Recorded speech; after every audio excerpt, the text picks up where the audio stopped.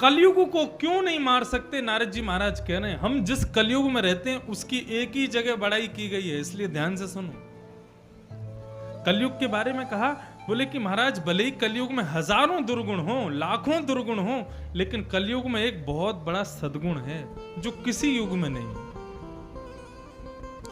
इस कलयुग का सबसे बड़ा सद्गुण क्या है?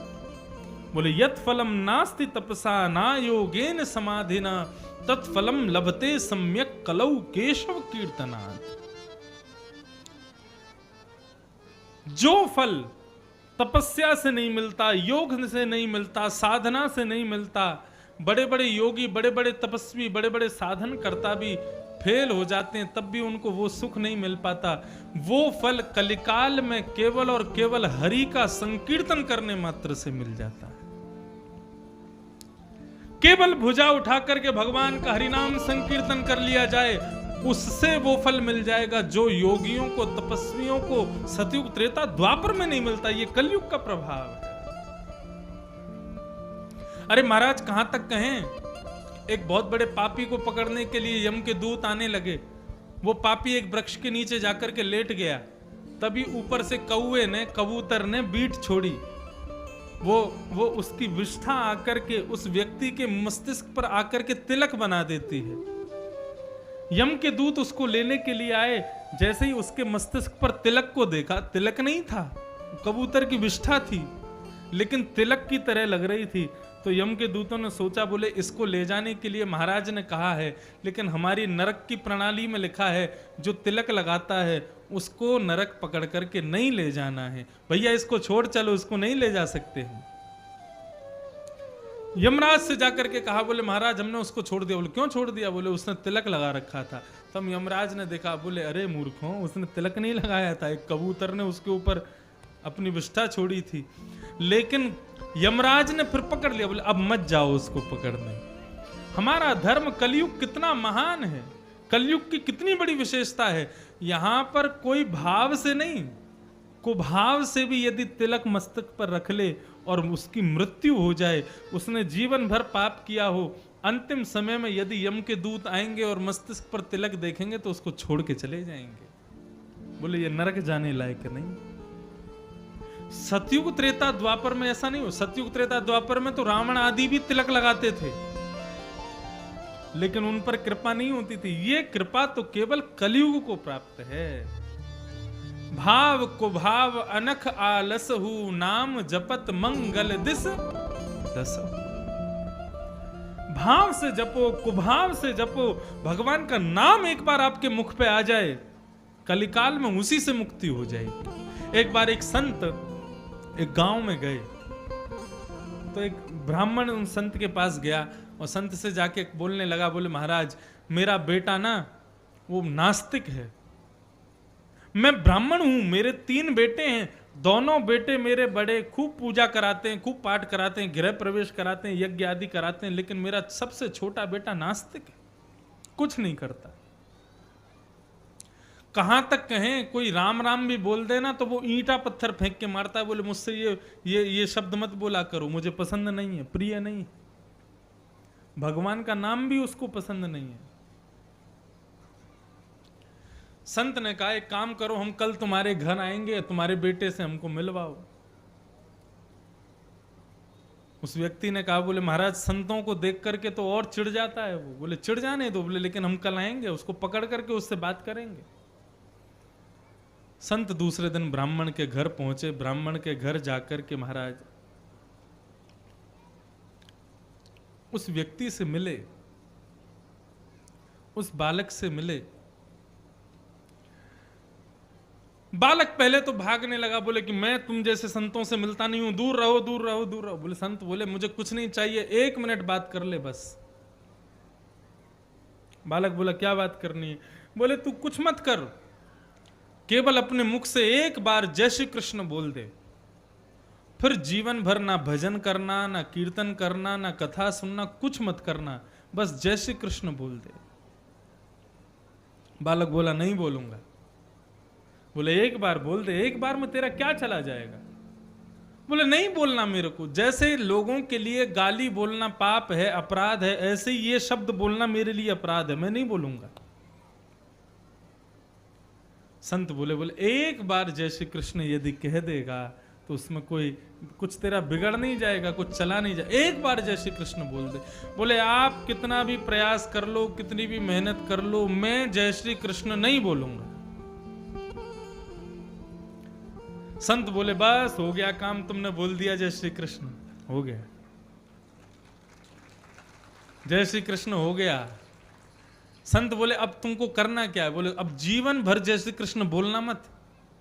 जब मर जाओगे ना तो स्वर्ग तो जाओगे नहीं, नरक जाओगे, क्यों काम अच्छे करते नहीं हो तुम।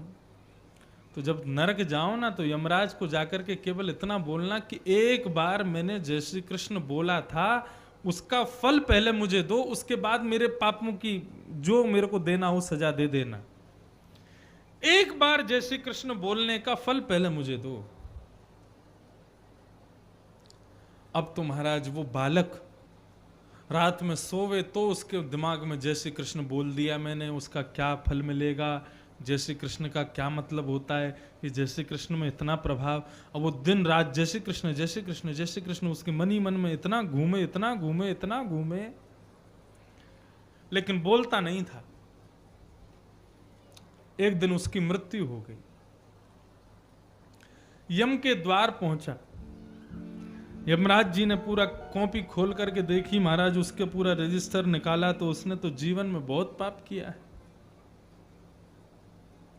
यमराज ने कहा तुमको तो महाराज बड़े से बड़े नरक में भेजना पड़ेगा, तुमने बहुत पाप किया है, बहुत यातनाएं देनी पड़ेंगी, तैयार हो? बोले सब तैयार हूं करने को, लेकिन उससे पहले मैंने जीवन में एक बार जय श्री कृष्ण बोला, पहले उसका फल मुझे भोगना है, फिर तुम्हारी यातनाएं भोगूंगा, पहले उसका फल भोगना है मुझको।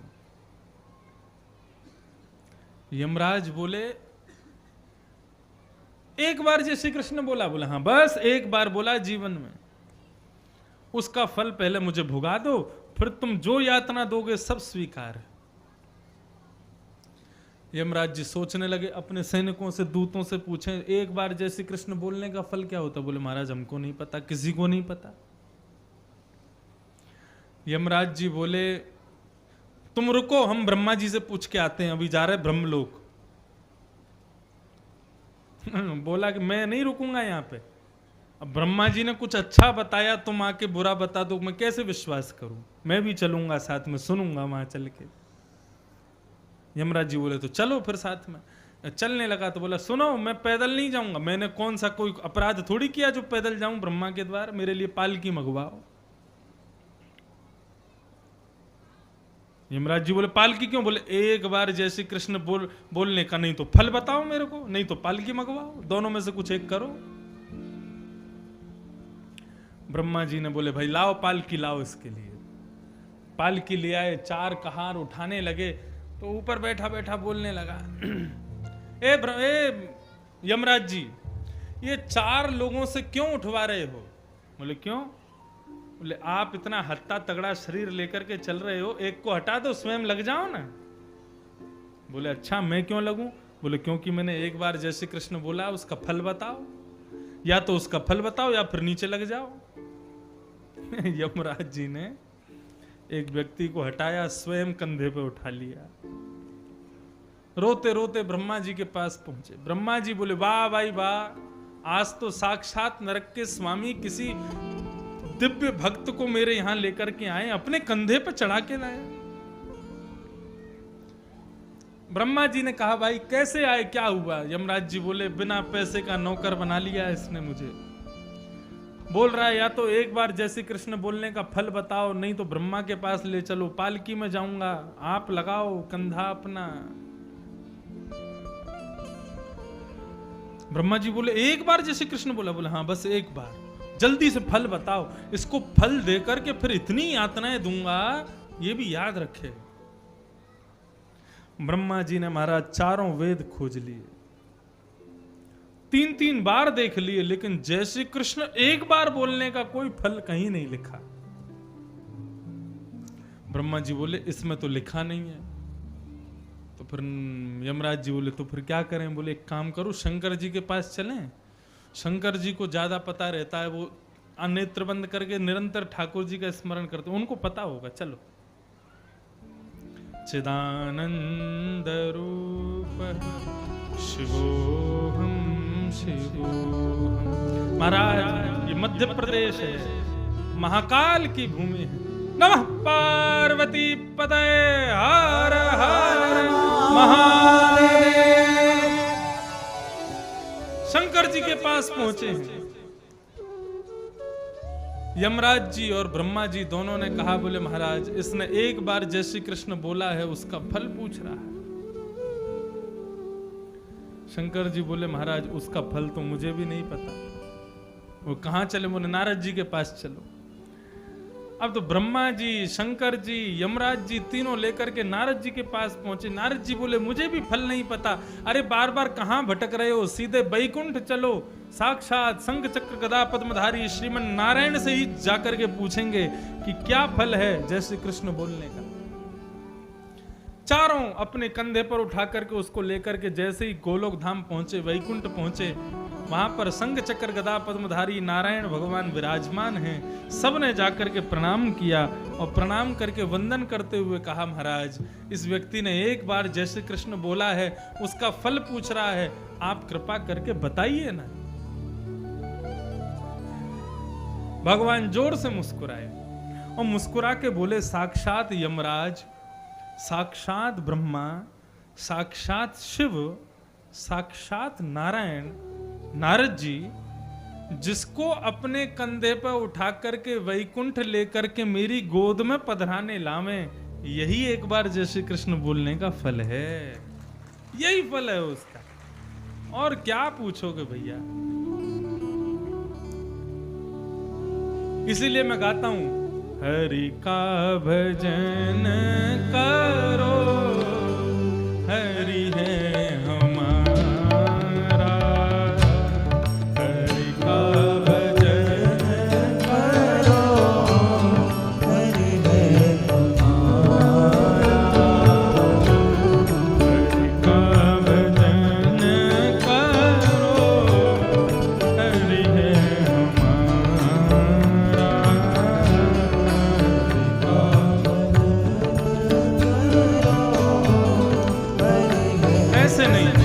करताल बजा के गाओ, प्रेम से एक ताल बजा करके गाओ। देखो भोजन की थाली अच्छी हो, भोजन बढ़िया बना हो, थाली ना हो तो आनंद आता है। सुंदर भगवान ने कान दिए, कान में बाली ना हो तो अच्छा लगता है। इतना बढ़िया कीर्तन चले, इतना बढ़िया भजन चले, इतनी बढ़िया कथा चले, ताली ना हो तो आनंद आता है। प्रेम से ताली बजा के गाओ। जय हो हरि का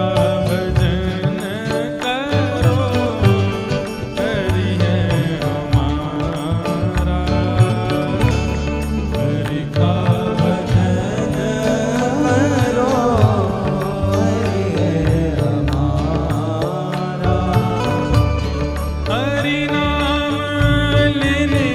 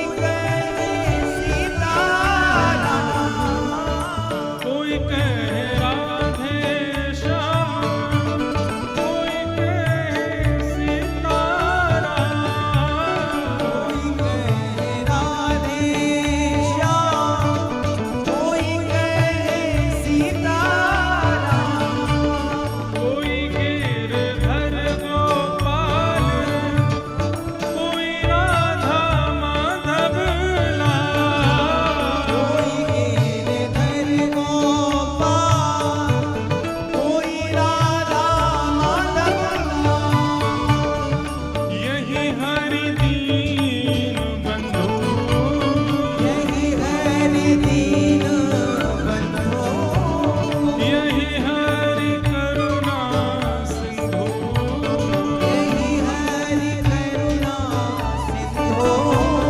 नमो बारंबार हरि का भजन करो, हरि है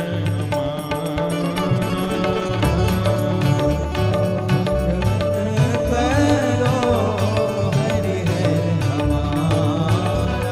ओ हरि नाम लेने वाला, हरि नाम लेने वाला, हरि नाम गाने वाला, हरि नाम गाने वाला। हरि का है प्यार, हरि का भजन करो, हरि है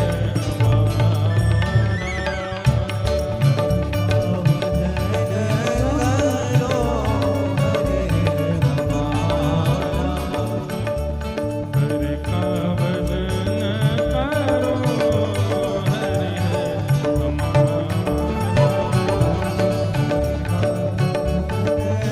करताल बजा के गाओ भाव से।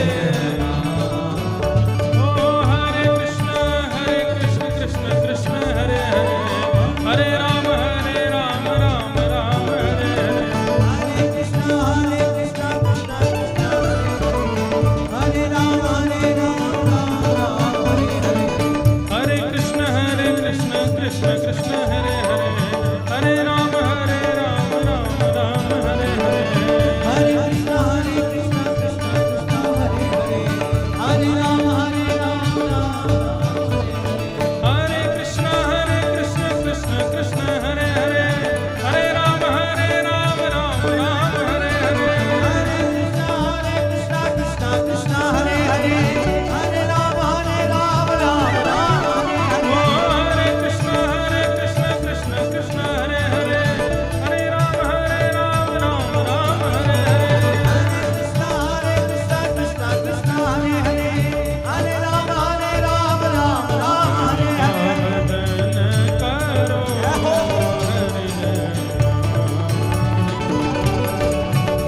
भजन करो, हरि है हरि का भजन करो, हरि है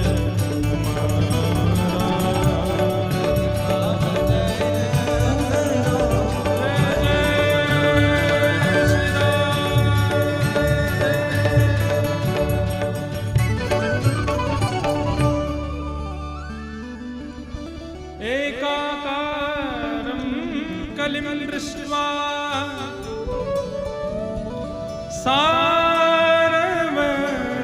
सारवत्सारनीरसम् विष्णुरातः स्थापित्वा कलिजानां सुखाय च। एक गुण है इस कलिकाल में कि यहाँ हरि का नाम संकीर्तन गान करने से, जो यज्ञ करने से नहीं मिलता, तप करने से नहीं मिलता, वो हरिनाम संकीर्तन करने से मिल जाता है इस कलिकाल में। कलयुग केवल नाम आधारा, सुमिर सुमिर नर उतर ही पारा। ये नाम के आधार पर कलयुग है। यहां पर भगवान से बड़ा भगवान का नाम है, भगवान की कीर्ति का गान भगवान से बड़ा है इस कलिकाल में। इसलिए कलयुग सतयुग से, त्रेता से, द्वापर से श्रेष्ठ है, क्योंकि यहां नाम की महिमा ज्यादा है।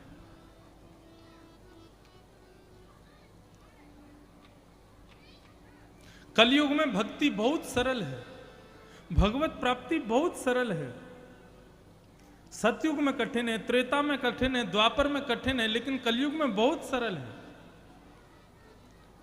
मेरे पूज्य नाना जी पंडित श्री कृष्णलाल शास्त्री जी, भागवत के बड़े अच्छे वक्ता, वे कहा करते थे कि भक्ति जो है ये ठाकुर जी की दुकान है, सतयुग का मतलब अभी अभी दुकान खुली है, खुलते ही दुकानदार के पास पहुंचोगे तो महाराज जितने की वस्तु उतने की लेनी पड़ेगी। वो कहेगा वो नहीं भाई नहीं, तुम्हारे यार तुम कैसे, तुमको सस्ती कैसे दे दे। सुबह सुबह जाओगे तो 50 रुपए की चीज 50 की ही मिलेगी। थोड़ा मध्याह्न में जाओगे यानी कि त्रेता में जाओगे तो भक्ति थोड़ी सरल कर देते हैं ठाकुर जी, द्वापर में थोड़ी और सरल कर देते हैं। लेकिन कलयुग क्या है, बोले दुकान बढ़ रही है, बंद होने वाली है, घर जाने वाला है दुकानदार, दुकान बंद हो रही हो तब पहुंच जाओ, बोले भैया भैया जल्दी दे दो ना भैया दे दो, तो ये इतने, वो कितने का, 100 रुपए का है भैया, मेरे पास तो 80 रुपए ही पड़े हैं।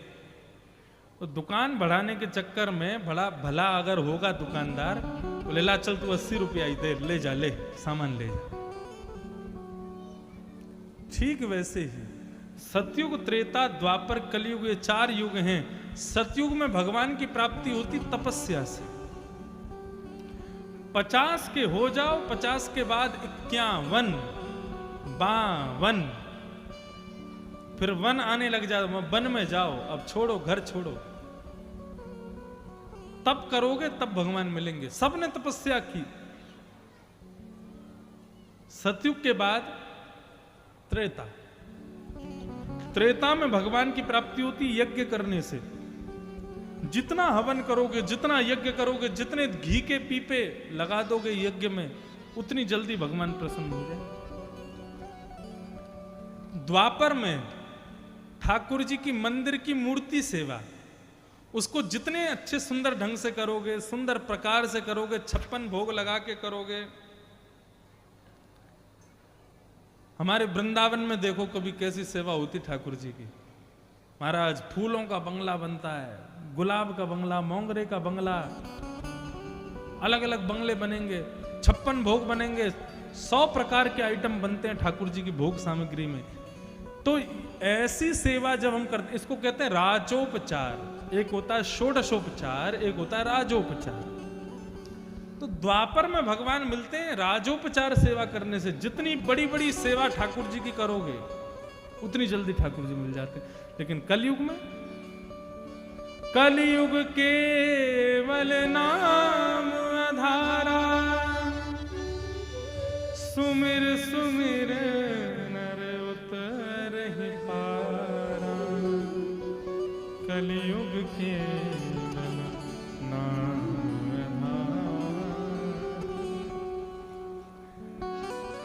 क्या है भैया? छाछ, दूध, दूध है।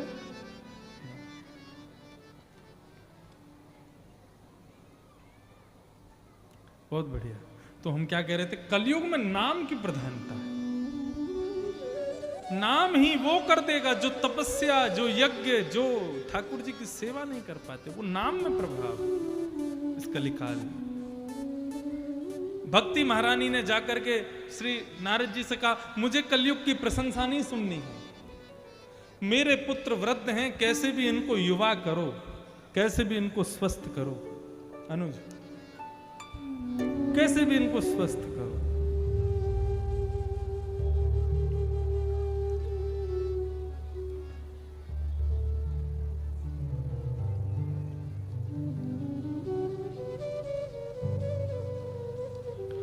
भक्ति महारानी ने कहा, बोले महाराज मेरे पुत्रों की वृद्धता दूर हो, ऐसा निधान बताओ। नारद जी ने कहा, तुम खेद मत करो, मैं कोई उपाय ढूंढता हूं। नारद जी महाराज तपस्या करने के लिए महाराज आंख बंद करके बैठे, इतने में ही आकाशवाणी हो गई। बोले, एत दर्थुम तु सत्कर्म सुरर से तुम समाचर। हे नारद जी, यदि ज्ञान वैराग्य की वृद्धता दूर करना चाहते हो तो यज्ञ कर, तो सत्कर्म करो।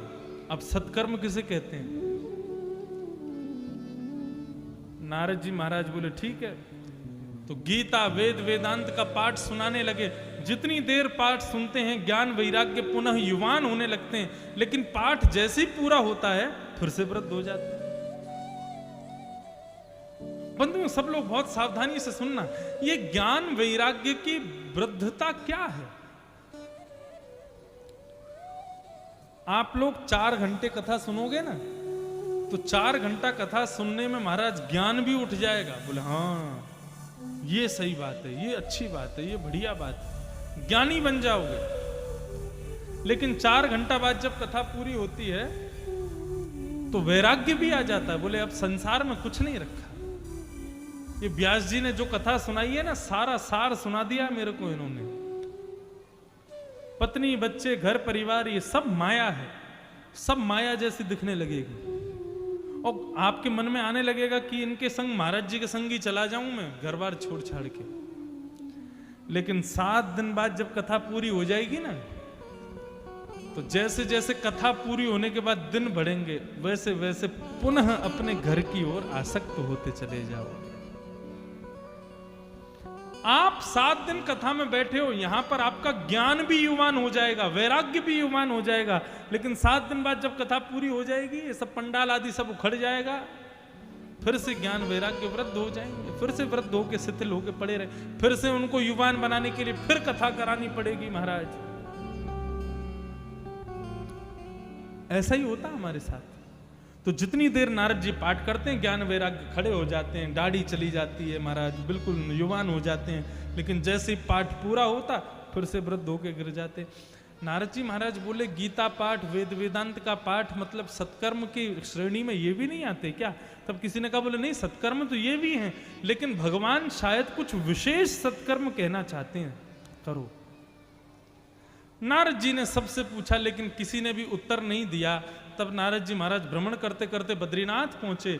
वहां पर सनत कुमारों ने नारद जी महाराज के दर्शन किए और नारद जी महाराज से पूछा कि प्रभु क्या बात है, क्यों दुखी हो? तब नारद जी ने अपने कष्ट का कारण बताया।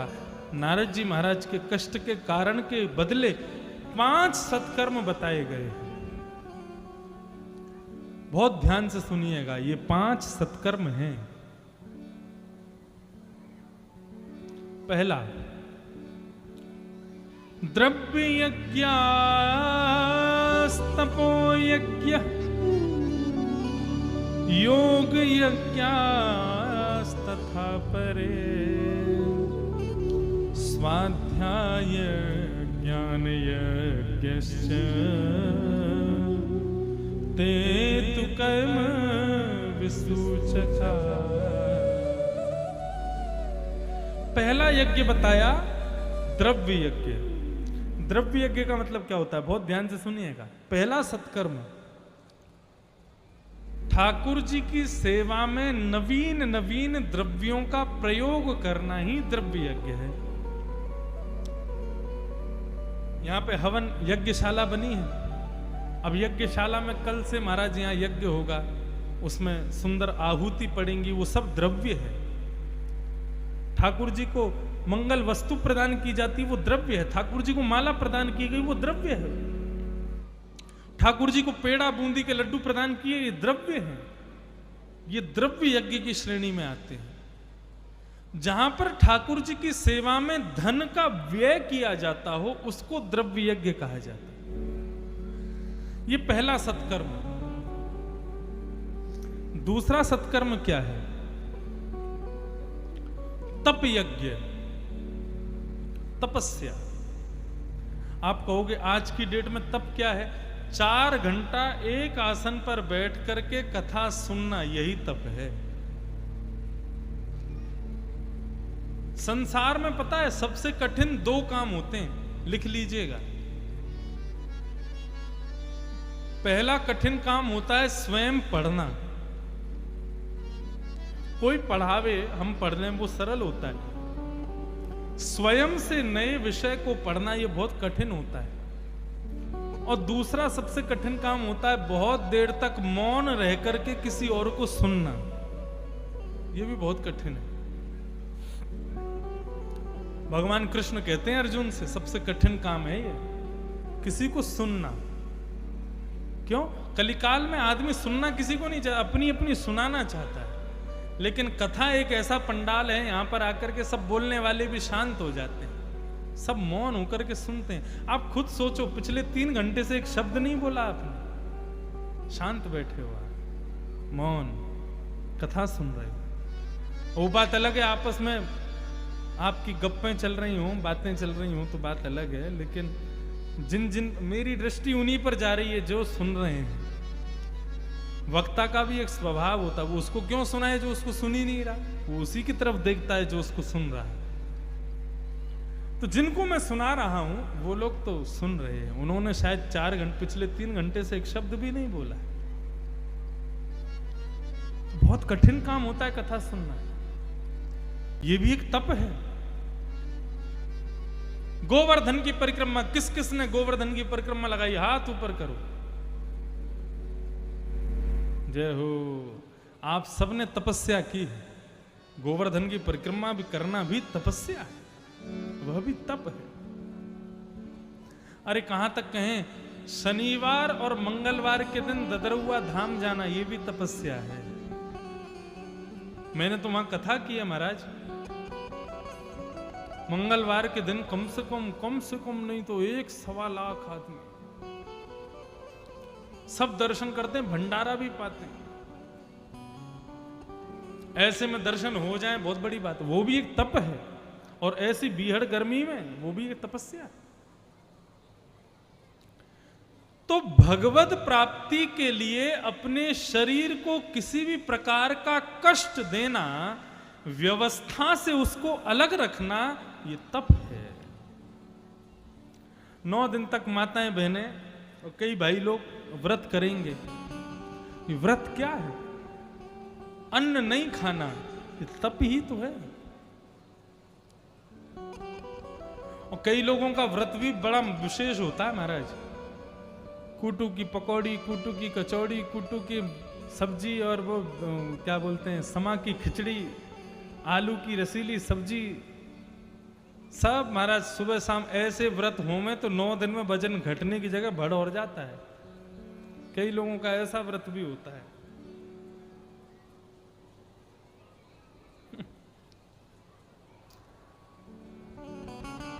तो व्रत करना भी एक तप है। तो पहला सत्कर्म ठाकुर जी को कुछ अर्पित करना, दूसरा सत्कर्म है तप करना,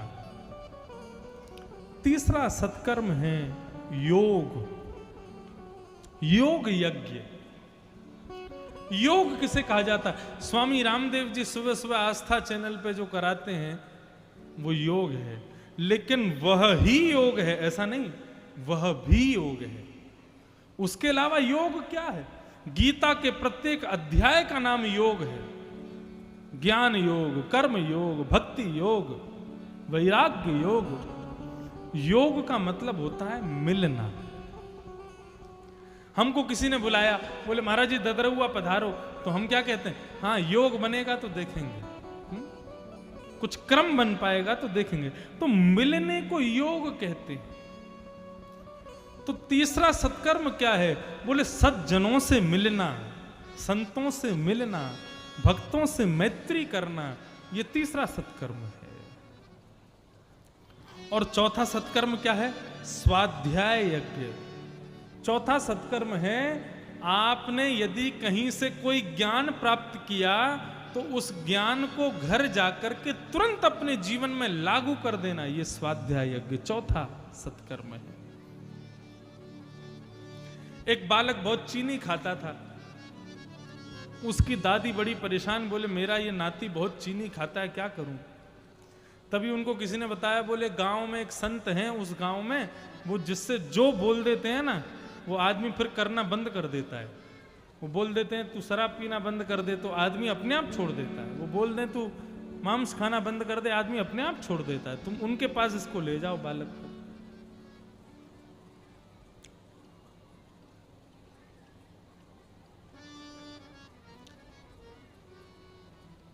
दादी उस बालक को लेकर के गई, महाराज जी से जाके कहा मेरा नाती बहुत चीनी खाता है, आप इसको बोल दो ना चीनी खाना बंद कर दे। तो महाराज जी बोले मैया 1 महीने बाद लेके आओ, 1 महीने बाद बोलेंगे। 1 महीना बाद दादी लेकर के गई, बोले महाराज जी बोलो ना, बहुत चीनी खाता है, इसके पेट में कीड़े हो गए। तब महाराज जी ने बोला बेटा आज से चीनी नहीं खानी। बस उसी दिन से उस बालक की चीनी के प्रति रुचि खत्म। मैया ने कहा महात्मा से, बोले महात्मा जी मैं 1 महीना पहले अपने बालक को लेके आई, आपसे कहा इससे कह दो चीनी खाना बंद कर दे, आपने कुछ नहीं कहा। और आज 1 महीना बाद लेकर के आई, कुछ विशेष करोगे ऐसा सोचा मैंने, लेकिन आपने कुछ नहीं किया, सीधा बोल दिया चीनी मत खाओ। ये काम 1 महीना पहले ही कर देते।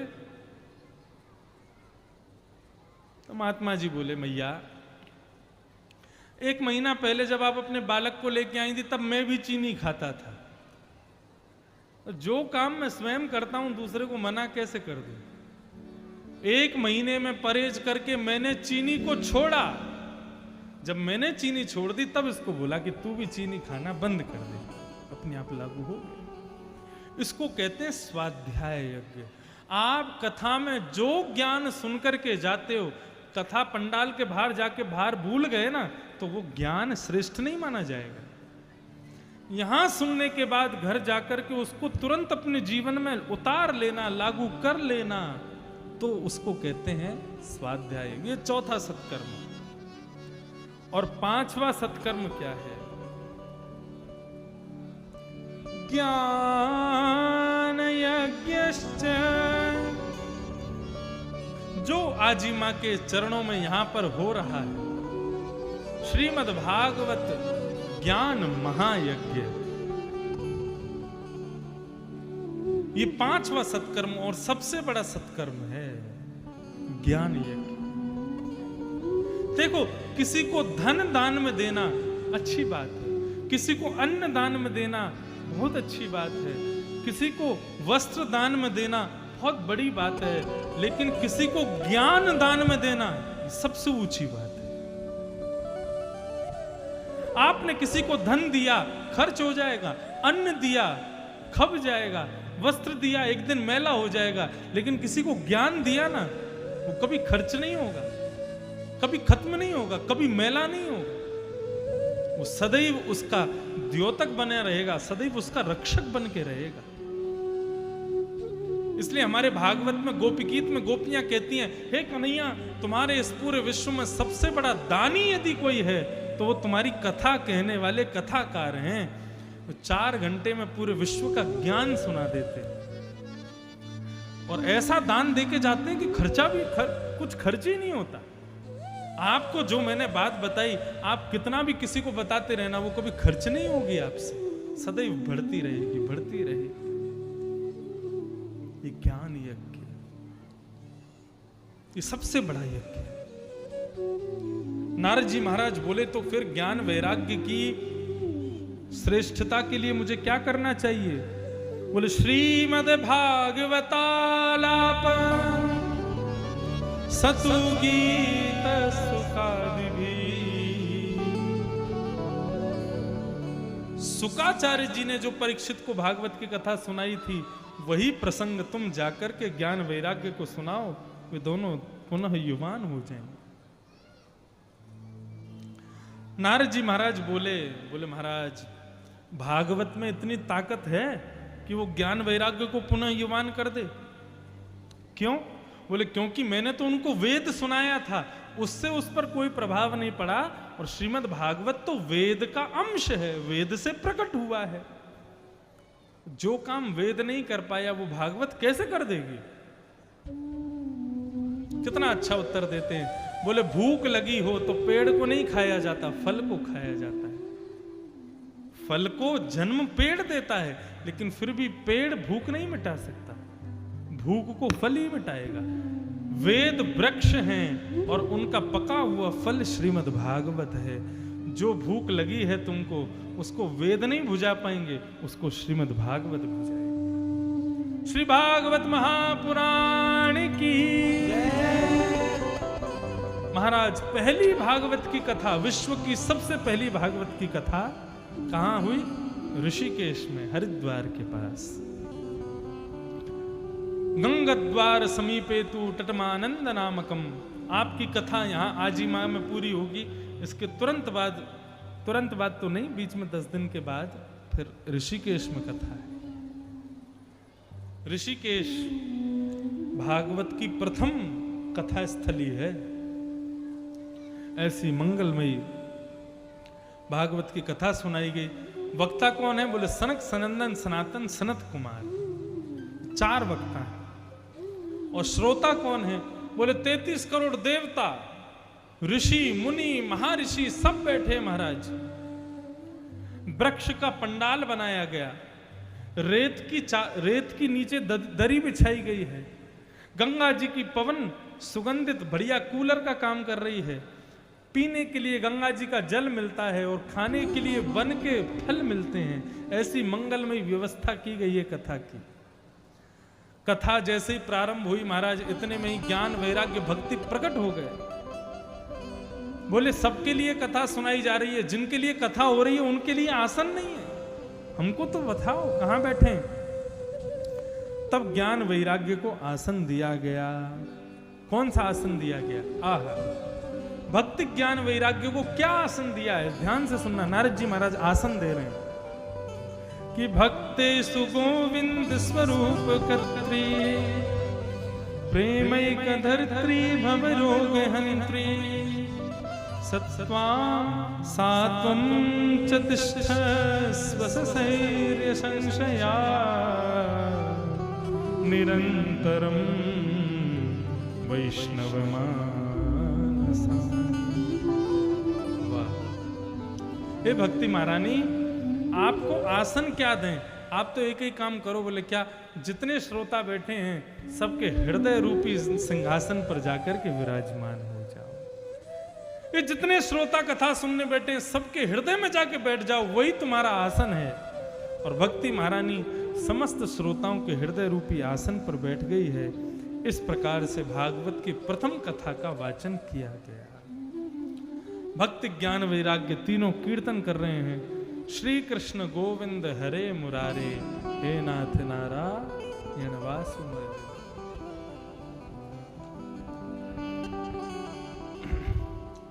2 मिनट हम भी